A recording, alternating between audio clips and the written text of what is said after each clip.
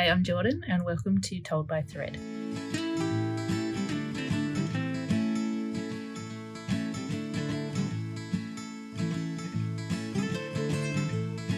Apologies for the sound, my microphone has died, so we're just making do today. So I'm a slow sewer, but I wanted to see if I could make this cover in 2 hours. So I'm going to cut now to some of the footage that I filmed earlier. I've done a few different intros at this point as this project has progressed. So come along and find out. Okay, welcome back. So I actually tried making this last week and it just totally did not work the way I was hoping. So I tried to do a Kavandi style patchwork quilt using the sewing machine, which is totally possible. It just didn't turn out the way I was hoping, and I'd much rather have done the hand stitching that is such a feature of it and make it look really beautiful. So I've decided instead to start again and just make a more traditional quilted patchwork cover. I'm going to be making it for my Singer Start sewing machine, but this should work for pretty much anyone's sewing machine. So I'm sort of mashing together 2 tutorials I found online. First is See Kate Sews Jelly Roll sewing machine cover, and the second is by JMB Handmade. So I'll link to both of them below and you can see all of their steps. If you don't particularly like what I've done here, you can follow along their tutorials to get exactly the way they've done theirs. So I don't feel like unpicking all of this just to get the fabric and padding that I had originally. I've just cut some new ones. Essentially, I am doing a patchwork on the outside, and then I've got some stuffing, what's the word? Filling, squishy stuff, having a brain fart, sorry. And then a lining fabric inside. So my lining fabric is some scrap cotton, quilted cotton, and for my batting, I'm actually using felt that I was gifted, and then they were all just small sheets, so I've kind of patchworked them together with a zigzag stitch, and that should do the job. I've chosen this leftover quilting cotton that I got, which is a cream off-white with a fluoro pink squiggly and spot line, which is super cute. So they're already cut to go, and I have pre-cut scrap fabrics for the patchworking. I've used a mixture of offcuts from previous projects and some fat quarters that I've collected over the years. I went for like a 3-colour scheme. If you watch Sydney Graham's patchworking video recently, she talked about choosing 3 colours and then choosing different tones within that and different patterns. So definitely check out that video. It was great for a beginner. So I'm doing something very similar, and I've picked pink tones, some yellowy gold tones, and some blue tones. Now for my project, I'm differing from both of the tutorials, and I'm actually going to finish the bottom edge of mine with bias binding. I've got a couple of options. I've got your basics stuff here, some leftover pinks. I've got a couple of brand new blues, brand new to me. And then I've also got these 2 rolls. I kind of want to use this one, but wait and see till the end. So that's a nice blue. And then I've also got a small polka dot pink. This is only, I don't know how big. This is only like 3/4 of an inch wide, so this will be very skinny. So anyway, I'll leave that till the end. So I'm not actually going to use this timer, mainly because it only goes to an hour, but this would have been fun. I'm going to use the stopwatch on my phone. So let's get started. First up, we need to measure our sewing machine. The measurements we need are the width plus the height. And obviously don't forget any parts that stick out, like the hand wheel or the spindles. We're also going to need the depth and the overall length. Once we have those, we work out our fabric pieces. Divide your overall length by 2. This will give us the height for our front and back panels. Our width measurement goes across the front. I've called these pieces A and B, plus double A and double B for the lining. Then our depth and height measurements inform our side panels, which are C and D and CC and DD. It will all come together like this. The 2 main panels are split so we can make a gap for the handle, and these were the measurements I ended up with. I also added 1/2 inch seam allowance all the way around. Okay, let's talk about what we're going to need before I hit that timer. Obviously, we're going to need some fabric. So the tutorials talk about half a yard to a yard. So, I mean, whatever you feel comfortable with, go with a yard or a meter just to be on the safe side for both the lining and your main fabric. So for my patchworking, I just grabbed a whole bunch of different options in the 3 colours that I chose, and we're going to need roughly 76 pieces that measure 2.5 inches by 6 inches. So I sort of calculated that to roughly 25 of each colour and a couple of extras just to be on the safe side. Once you've got your fabric, you're going to need some bias binding, some batting. I'm using this scrap felt, as I mentioned, cutting mat, broderie cutter, clear ruler, measuring tape, sewing gauge, a marking pen or pencil, chalk, sewing scissors or thread snips, thread for regular stitching and top stitching. I'm going to be a little bit extra and alternate my colours. And then an iron. Regular iron is fine. I've got this little mini one for patchworking, which is really handy for the first stage of this project, and then I'll switch to my regular iron after that.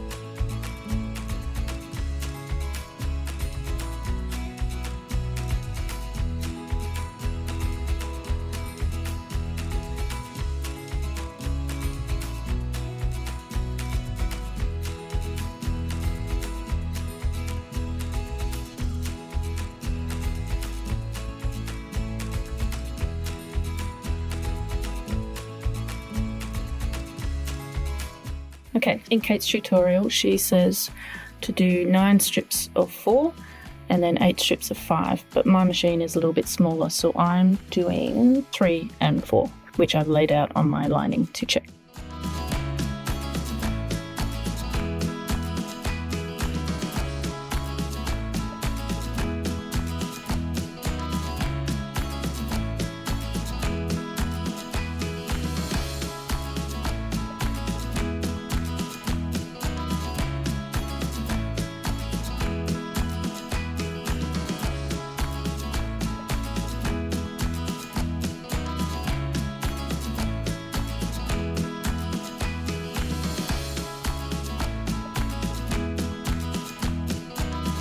Okay, so our first step is to sew all the strips together. I know there's a faster way of doing this, but I'm not a quilter, so I'm just going to do my best and go as fast as I can doing what I know. But yeah, I'm doing 1 strip at a time and then putting it back in place on my lining. I've got my little iron here to press the seams open each time I finished a strip. So also I'm just doing basically a 1/4 inch seam. Anyway, I always line it up to the side of my press foot. That seems to be the easiest.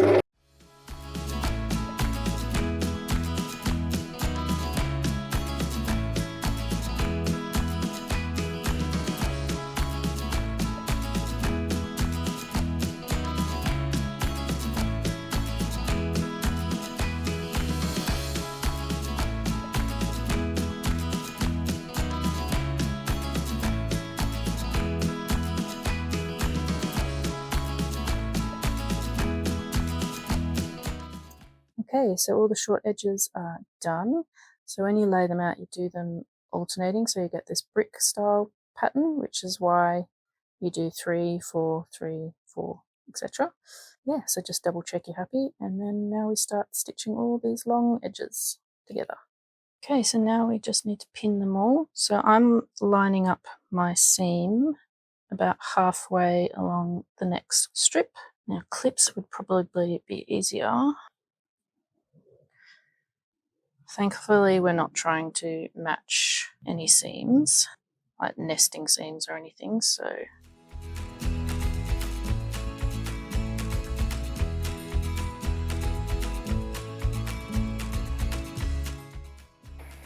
Okay, so I'm just doing that same 1/4 inch seam again.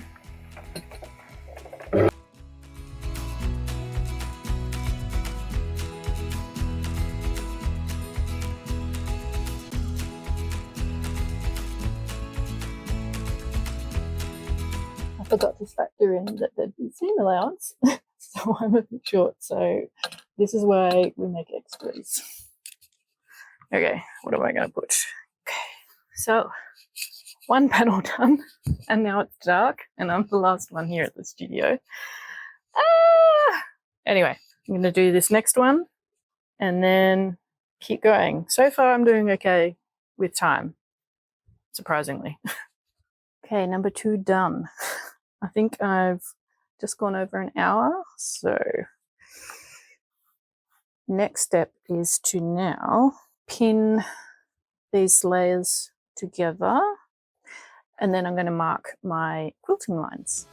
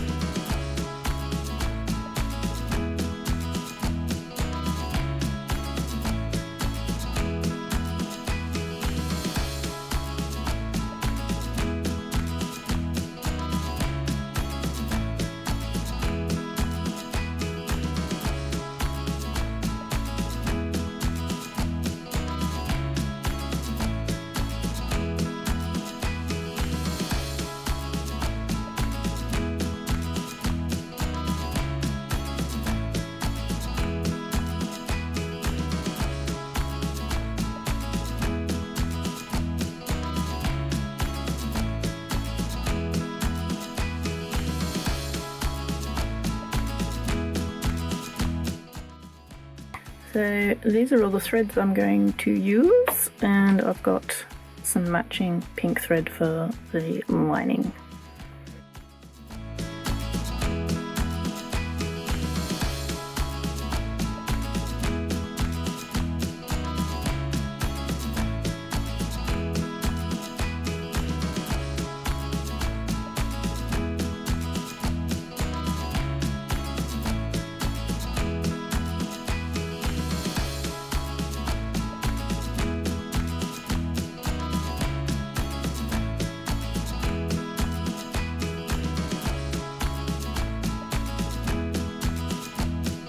Second one done.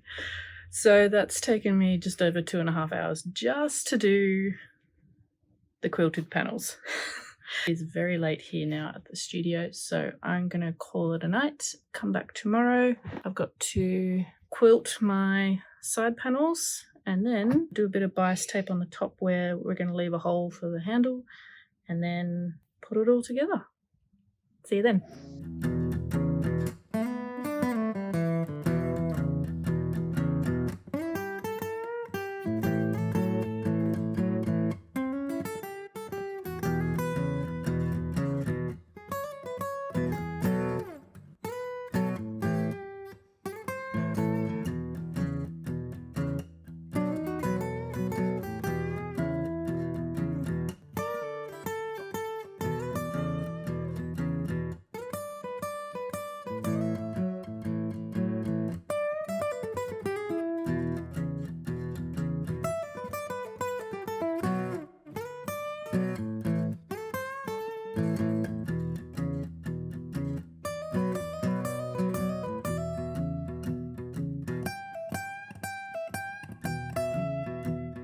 Once all the quilting is done, we need to mark where we need that gap for our handle.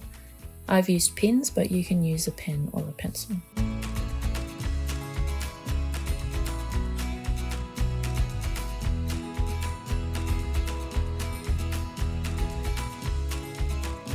Line up your two top edges and transfer the same marks to the other panel.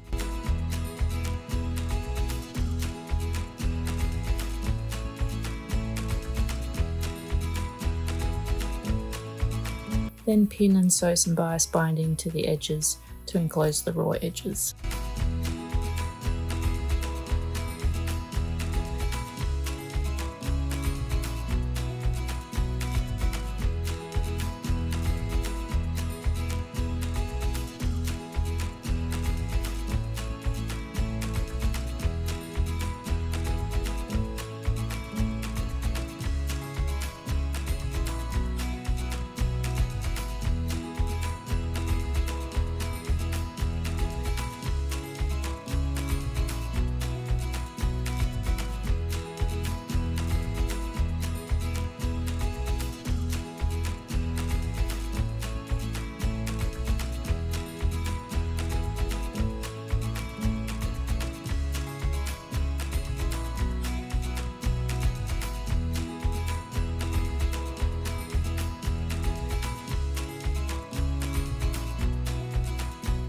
Right sides together, pin and sew your panels together, remembering to leave that gap for the handle.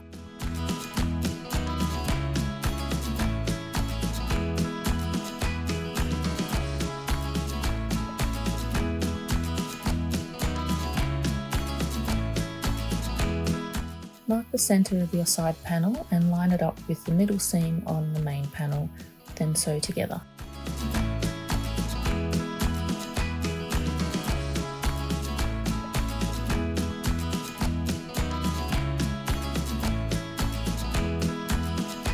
Your cover should start to look a little something like this.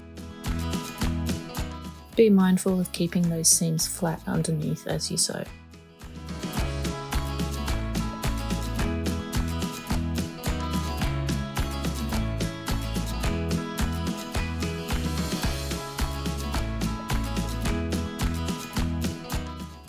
Pin together your side and main panels and sew together.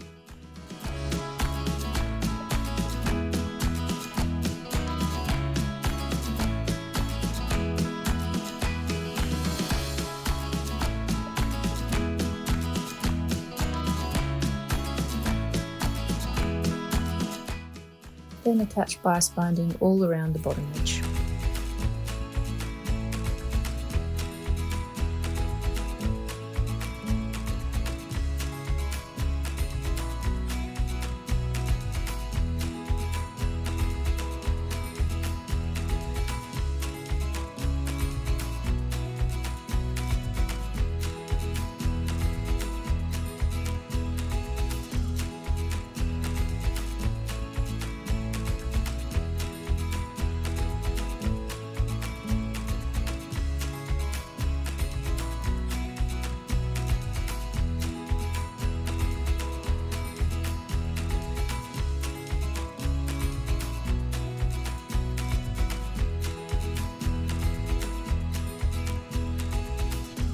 Pretty much finished it all.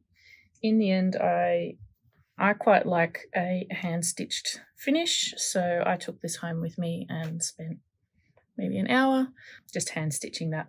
So as you can see, I haven't done all of the raw seams yet. I will do them eventually, but that'll be fine for the time being. But yeah, she looks really cute. I love all the different colours, and I love that I did alternating coloured threads as well. I think that's a really fun detail. I'm now thinking about making something like this for my overlocker. So before I show you the final result, thank you so much for watching, and please subscribe if you'd like to see more videos like this. And I also have a link to my coffee shop if you'd like to make a small donation and buy me a coffee. And I will see you all next week, hopefully.